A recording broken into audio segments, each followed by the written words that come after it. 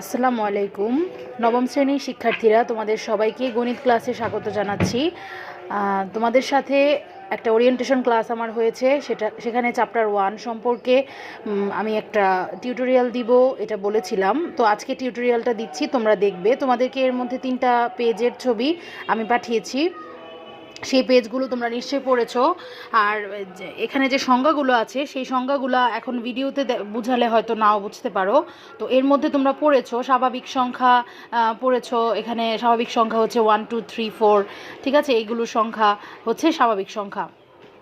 আর পূর্ণ সংখ্যা তো জানোই, পূর্ণ সংখ্যা হচ্ছে এখানে কোনো ভগ্নাংশ থাকবে না, কোনো দশমিক থাকবে না, কিন্তু অবশ্যই ঋণাত্মক ধনাত্মক সব সংখ্যাই হতে পারবে। ঋণাত্মক মানে হচ্ছে নেগেটিভ সংখ্যা, মানে মাইনাস থাকবে আগে, আর ধনাত্মক হচ্ছে পজিটিভ সংখ্যা, আর শূন্য হচ্ছে নিরপেক্ষ সংখ্যা, এবং সেটাও পূর্ণ সংখ্যার মধ্যেই পড়বে।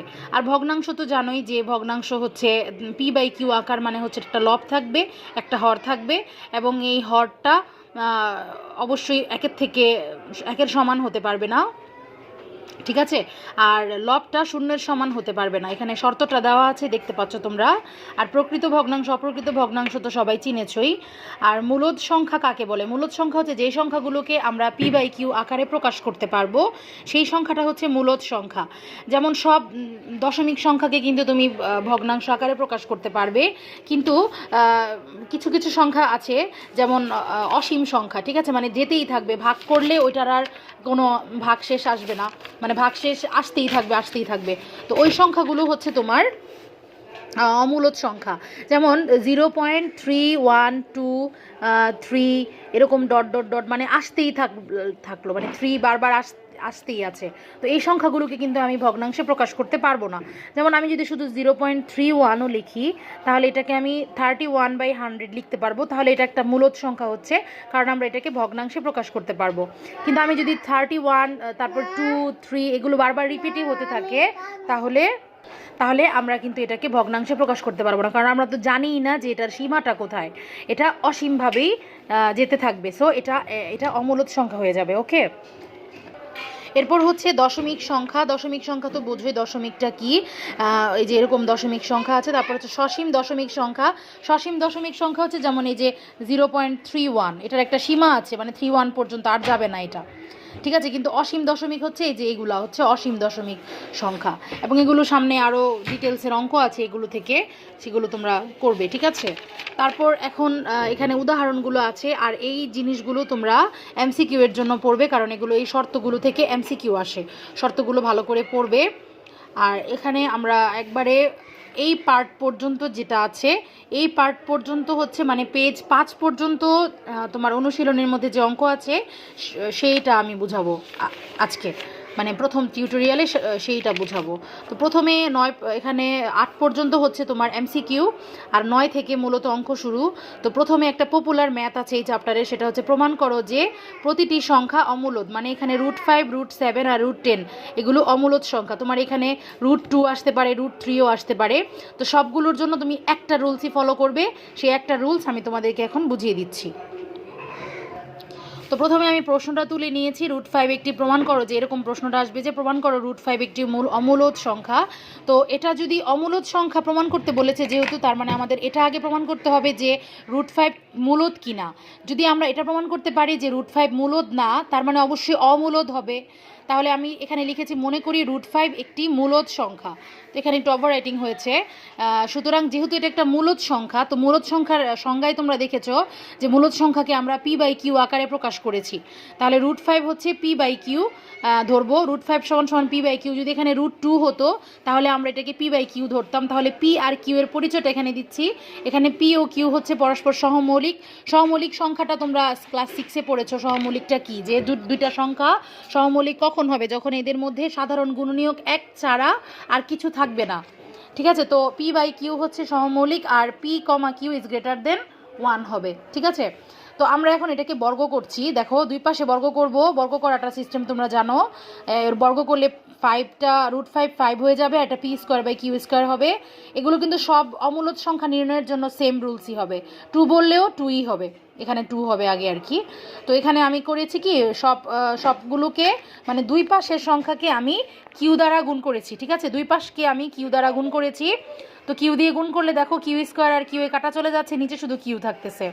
এখন কিছু কথা তোমাকে লিখতে হবে। কথাটা হচ্ছে যে দেখা যাচ্ছে যে 5Q পূর্ণ সংখ্যা, অবভিয়াসলি এটা একটা পূর্ণ সংখ্যা, এখানে কোনো দশমিকও নেই, এখানে কোনো ভগ্নাংশও নেই, আর এটা কিন্তু একটা ভগ্নাংশ সংখ্যা, তাই না?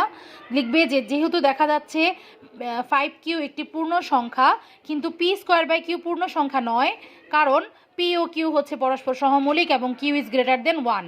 যেহেতু q এর মানটা 1 থেকে বড়, সো অবশ্যই এটা পূর্ণ সংখ্যা হতে পারবে না। তাহলে 5Q এবং p²/q সমান হতে পারবে না, কারণ একটা ভগ্নাংশ কখনো একটা দশমিকের একটা ভগ্নাংশ কখনো একটা পূর্ণ সংখ্যার সমান হতে পারে না। তুমি কি 2/10কে 2 এর সমান লিখতে পারবে? অবশ্যই না।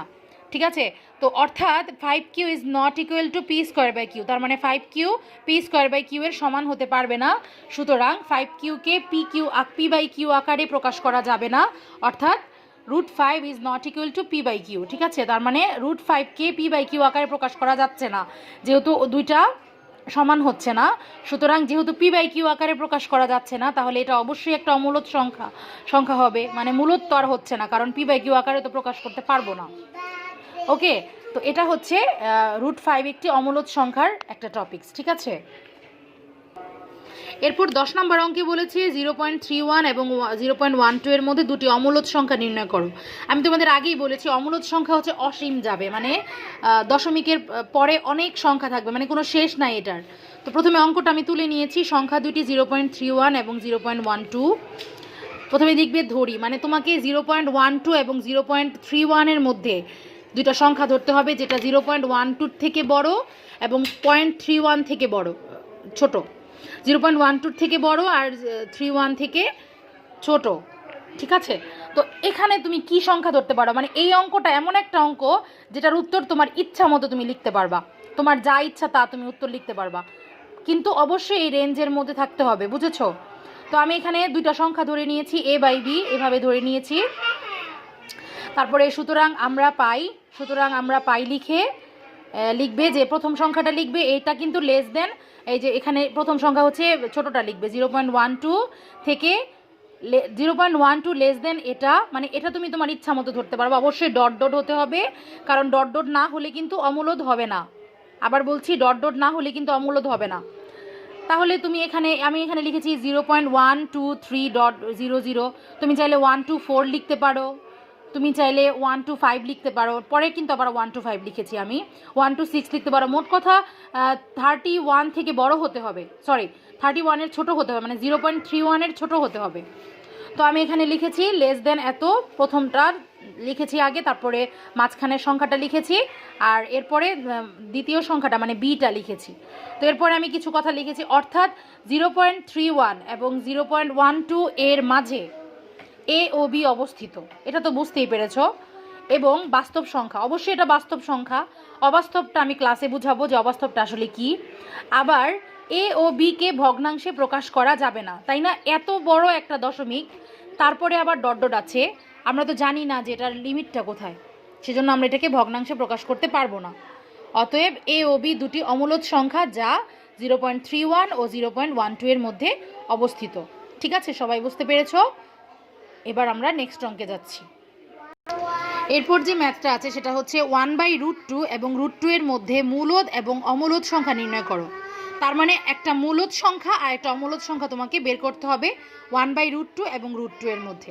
কিন্তু 1/√2 কিন্তু দশমিকে প্রকাশ করা যায়নি, এজন্য এটাকে দশমিকে প্রকাশ করে নিতে হবে, কারণ তুমি কিন্তু বুঝতে পারবে না দশমিক না থাকলে যে এটার পরের সংখ্যা বা ছোট বড় সংখ্যা কি হবে।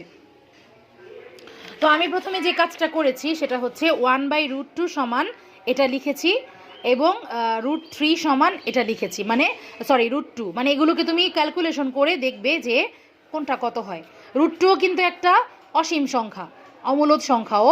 তো এখানে লিখেছি সংখ্যা দুইটি অমূলদ সংখ্যা, এখানে লিখে নিয়েছি কিন্তু সংখ্যা দুইটি অমূলদ সংখ্যা। এখন মনে করি তোমাকে যেহেতু বলেছে একটা অমূলদ আর একটা মূলদ বের করতে, তার মানে তোমার রেঞ্জটা কতটুকু হবে? 0.07 থেকে বড় আর 1.41 থেকে ছোট। তো আমি এখানে 0.70 থেকে বড় নিব একটা সংখ্যা, তাহলে আমি 0.80 নেই। তুমি চাইলে 8000 লিখতে পারবা, আবার আমি একটু লিখে নিয়েছি লেজ লাগিয়ে 0.80880008, আর একটা মূলদ যেহেতু নিতে হবে তাহলে আমি এখানে 1.2 নিয়েছি। তুমি 1.3ও নিতে পারবে, তুমি 0.09ও নিতে পারবে, সরি হ্যাঁ 0.9 নিতে পারবে, 0.9 না, ঠিক আছে 0.9 নিতে পারবে। তাহলে 1.4 থেকে যেহেতু ছোট নিব তো আমি 1.2 নিয়েছি, এটা আমার ইচ্ছা। 1.1 নেওয়া যেত, 0.9 নেওয়া যেত, শুধু 1ও নেওয়া যেত। তো দেখা যাচ্ছে তাহলে ওইটা আগের মতো, আগের অঙ্কটার মতো আমরা প্রথম সংখ্যাটা নিব, তারপরে লেস দেন এটা লিখব, এটা তারপরে এটা দ্বিতীয়টা লিখব, এটা এরপরে আবার এটার প্রথমটা লিখব, তারপরে বিটা লিখব, তারপরে এটা দ্বিতীয়টা লিখব। লিখে লেস দেন লেখার পর আমরা লিখব যে এখানে এ ও বি, এগুলো তোমার মনের মতো করে তুমি উত্তর লিখতে পারবা। মোট কথা মূলদ অমূলদ হলেই হলো। এখানে এ ও বি দুটি বাস্তব সংখ্যা, তাই না? অবশ্যই এটা বাস্তব সংখ্যা, কিন্তু এ কে ভগ্নাংশ আকারে প্রকাশ করা যাবে না, কারণ এটা হচ্ছে এখানে ডট ডট আছে, সেজন্য তুমি এটাকে প্রকাশ করতে পারবে না ভগ্নাংশতে। কিন্তু তুমি বি কে ভগ্নাংশ আকারে প্রকাশ করতে পারবে। 1.2 যেহেতু আছে তার মানে এটা 12/10 তুমি লিখতে পারবে। তাই এ অমূলদ সংখ্যা ও বি মূলদ সংখ্যা। তাহলে এ হচ্ছে অমূলদ কারণ এটাকে ভগ্নাংশে প্রকাশ করা যাচ্ছে না, আর বি হচ্ছে মূলদ কারণ এটাকে ভগ্নাংশে প্রকাশ করা গেছে।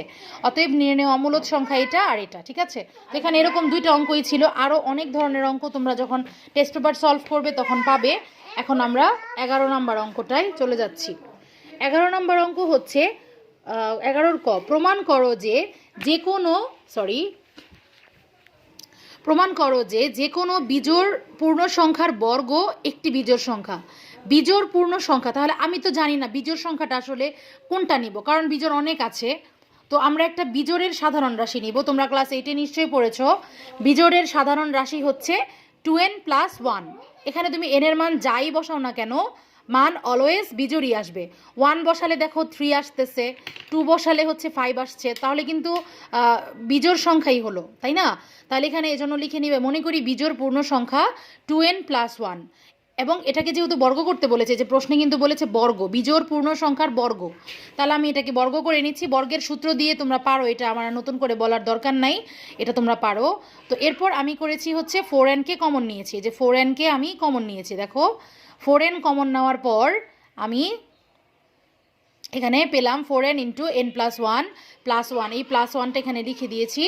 তারপর লিখব এখানে n এর মান জোড় বা বিজোড় যাই হোক না কেন, 4n × n + 1 জোড় সংখ্যা হবে। তুমি n এর মান তুমি যাই বসাও না কেন, 0 1 2 3 4 যাই বসাও না কেন, n অলওয়েজ জোড় হবে। তুমি করে দেখতে পারো চেষ্টা করে। তাহলে একটা এই এতটুক যদি জোড় হয়, তাহলে জোড়ের সাথে এক যোগ করলে অবশ্যই বিজোড় পাবো। তুমি যে কোনো জোড় সংখ্যার সাথে এক যোগ করলেই তো বিজোড় সংখ্যা পাবে।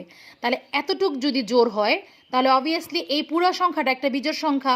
তাহলে আমাদের প্রমাণ কিন্তু হয়ে গেল। তাহলে বর্গটা, তাহলে বিজোড়ের বর্গ কিন্তু আমরা বিজোড়ই পেয়েছি, বিজোড় পূর্ণ সংখ্যার বর্গ আমাদের বিজোড়ই এসেছে। সুতরাং এই যে লিখেছি, ফলে 4n এটা অবশ্যই বিজোড় সংখ্যা হবে। অতএব যে কোনো বিজোড় পূর্ণ সংখ্যার বর্গ একটি বিজোড় সংখ্যা হবে। এটা তোমরা প্রশ্ন দেখে দেখে লিখে দিবা, এটা তো মুখস্থের বিষয় না, কোনোটাই মুখস্থের বিষয় না, ঠিক আছে? তো এই অঙ্কগুলো, এখানে আরেকটা আছে খ নাম্বার, আজকের ভিডিওর লাস্ট অঙ্ক। প্রমাণ করো যে দুটি ক্রমিক জোড় সংখ্যার গুণফল 8 দ্বারা বিভাজ্য। তাহলে ক্রমিক জোড় সংখ্যা মানে বুঝতেই তো পারছো, মানে দুইটা জোড় সংখ্যা হতে হবে, মানে যেমন 2 8 4, 4 8 6, কিন্তু আমি তো 4 8 6 নিব না, তাহলে অন্য সংখ্যারা বলবে আমরা কি দোষ করেছি। সেজন্য আমি একটা সাধারণ রাশি নিব। তাহলে 2n অলওয়েজ একটা জোড় সংখ্যা, আর 2n + 2 একটা জোড় সংখ্যা। মানে 2n + 1 কিন্তু জোড় লিখতে পারবা না, এটা কিন্তু বিজোড় হবে, সেজন্য আমি 2n + 2 নিয়েছি। কারণ একটা কিন্তু 2 থেকে মানে 2 করে করে বাড়ে, একটা 2 হলে আরটা 4 না, তাহলে 2 বাড়ছে। তো বলেছে যে জোড় সংখ্যার গুণফলে, যেখানে কিন্তু ওরা গুণফল বলেছে, আগের সংখ্যা বর্গ করতে বলেছে দেখে বর্গ করেছি, এখন গুণ করতে বলেছে সেজন্য গুণ করব। দেখো আমি এই যে গুণ করেছি, হ্যাঁ এই যে এটা আর এটা গুণ করেছি, গুণ করো তোমরা পারবে ভালো করে। এবং এখান থেকেও আমি 4n কে কমন নিয়েছি, দেখো 4n কমন নিয়েছি। তাহলে এখানে আমি কি প্রমাণ করব, এখানে n ও n + 1 দুটি ক্রমিক সংখ্যা, তাই না? n যদি হয় তাহলে পরের সংখ্যা অবশ্যই n + 1 হয়। তোমরা 6 7 এরকম অঙ্ক করেছো, দুইটা ক্রমিক সংখ্যার যোগফল দেওয়া ছিল, তোমরা সমাধান করেছো। তাহলে একটা যদি x হয় তাহলে আরেকটা x + 1 হবে, তাহলে একটা n হলে আরেকটা n + 1 হবে। তো এটা এখানে লিখেছে, তাহলে এদের মধ্যে একটি জোড় এবং একটি বিজোড়, তাই না? একটা যদি n হয়, n + 1 অবশ্যই বিজোড় হবে। তাই দুইটা একটা জোড় আর একটা বিজোড় সংখ্যার গুণফল কিন্তু সবসময় জোড় সংখ্যা হয়, এটা তো জানো। যেমন 2 আর 3 একটা জোড় একটা বিজোড়, 3 দুগুণে 6 একটা জোড় সংখ্যা হলো, তাই 6 কিন্তু 2 দ্বারা বিভাজ্য হয়। তাহলে n ইন্টু n প্লাস ওয়ানও কিন্তু 2 দ্বারা বিভাজ্য হবে, n into n plus one 2 দ্বারা বিভাজ্য হবে। তাহলে 4n into n plus one সংখ্যাটিও 4, এটা যেহেতু 2 দ্বারা বিভাজ্য গিয়েছে তাহলে এটা 4-এর সাথে গুণ করলে 4 দুগুণে 8, তাহলে এটাও 8 দ্বারা বিভাজ্য হবে। এজন্য লিখেছি 4 গুণ 2 সমান 8 দ্বারা বিভাজ্য। সো দুটি ক্রমিক সংখ্যার গুণফল অলওয়েজ 8 দ্বারা বিভাজ্য হবে। ঠিক আছে, তাহলে এই ভিডিওটা তোমরা ভালো করে দেখবে। অনেক লেন্দি একটা ভিডিও করা হয়ে গিয়েছে, কিছু করার নাই, কারণ ডিটেলস বোঝানোর জন্য আরও বেশি লেন্দি লাগে। তোমরা একটু ধৈর্য সহকারে ভিডিওটা দেখবে, একবার দেখলে অবশ্যই পারবে না, আমি বারবার দেখতে বলবো তোমাদেরকে। আর বাকি প্রবলেমগুলো আমরা ক্লাসে সলভ করব। ভিডিও দেখার পর প্রবলেম বলবে, দেখার আগে বলবে না আমি বুঝি নাই, ঠিক আছে? তাহলে সবাই ভিডিওটা একটু মনোযোগ দিয়ে দেখবে। সবাইকে আবারও শুভেচ্ছা জানাচ্ছি। এখন আল্লাহ হাফিজ, বাই বাই।